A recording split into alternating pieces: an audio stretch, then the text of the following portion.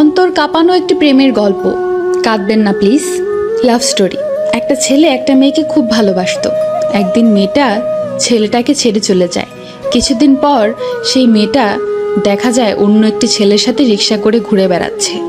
অতঃপর পূর্বের ছেলেটি ক্ষিপ্ত হয়ে মেয়েটার বাসায় যায়, গিয়ে মেয়েটার গালে সজোরে থাপ্পড় মারে আর বলে, তুই এত খারাপ এটা আগে জানতাম না, জানলে তোর মতো নর্তকীর সাথে প্রেম করতাম না, তুই আসলেই একটা নষ্টা মেয়ে ইত্যাদি বলে মেয়েটাকে গালিগালাজ করে।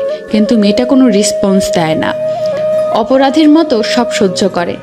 যখন ছেলেটা বাসা থেকে বের হয়ে যাবে তখন মেয়েটা বলে উঠল, আবির একটা কথা ছিল, তুই আর কি বলবি? হ্যাঁ, তোর আর কি বলার আছে?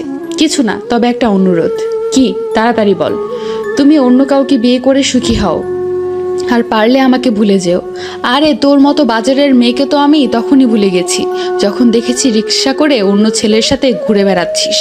কথাগুলো বলে ছেলেটা চলে গেল। আর আরোহী বিছানায় শুয়ে চিৎকার করে কাঁদছে আর বলছে, হে আল্লাহ, তুমি কেন আমাকে এত কষ্ট দিচ্ছ? আমাকে তাড়াতাড়ি নিয়ে যাও।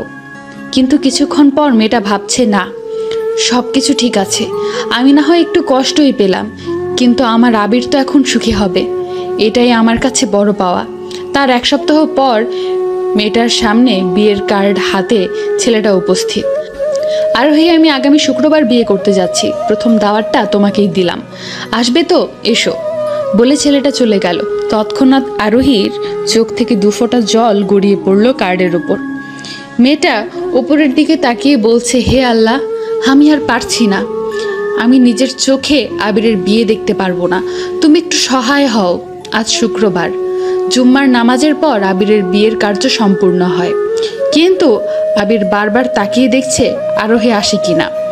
আসলে আজকেও একটু অপমান করে মনের জ্বালাটা মেটানো যাবে, কিন্তু না, আরোহী আসেনি। একটা দুঃসংবাদ এসেছে, আরোহী এই দুনিয়াতে নেই। একটু আগে সে মারা গেছে। কথাটা শোনার সাথে সাথে আবির দৌড়ে চলে গেল আরোহীর বাসায়। গিয়ে দেখে তার আরোহী ঘুমিয়ে আছে, চিরজীবনের মতো ঘুমিয়ে আছে। আবির কাঁদতে পারছে না, শুধু অবাক হয়ে আরোহীর মুখের দিকে তাকিয়ে আছে। আর স্মৃতির পটে ভেসে আসছে পূর্বের খুনসুটিগুলো। এমন সময় আবিরের ঘোর ভেঙে দিয়ে একটি ছেলে বলে উঠল, ভাইয়া। ছেলেটাকে চিনতে একটু ভুল হলো না আবিরের। এটাই সেই ছেলে যাকে আরোহীর সাথে রিকশায় দেখেছিল। ছেলেটা আবিরের কাঁধে হাত রেখে বলেছে, ভাইয়া, আপনাকে এই চিঠিটা দিতে বলেছিল আরোহী আপু, পারলে একটু পড়ে নিয়েন। তৎক্ষণাৎ চিঠিটা উল্টিয়ে পড়তে লাগলো আবির। জানি তুমি অবাক হবে, কারণ যে ছেলেটা তোমাকে চিঠি দিল সে আমার ছোট ভাই রাফি, ও আমার মামাতো ভাই। কি করব বলো, আমি তো জানতাম না যে আমার শরীরের মরণব্যাধি ক্যান্সার আছে। জানলে কখনো তোমার সাথে প্রেম করতাম না। যখন জানলাম আমি ক্যান্সারের রোগী, তখন আমার পায়ের নিচ থেকে মাটি সরে গিয়েছিল। সিদ্ধান্ত নিলাম তোমার থেকে দূরে সরে যাব, না হলে তো তুমি সুখী হতে পারবে না। এখন তুমি আমাকে ঘৃণা করো, আমার খুব ভালো লাগে, কিন্তু একটা কষ্টকে জানো, যখন তুমি আমাকে নষ্টা, নর্তকী, বাজারের মেয়ে বলেছিলে, তখন সত্যি খুব খারাপ লাগছিল আমার।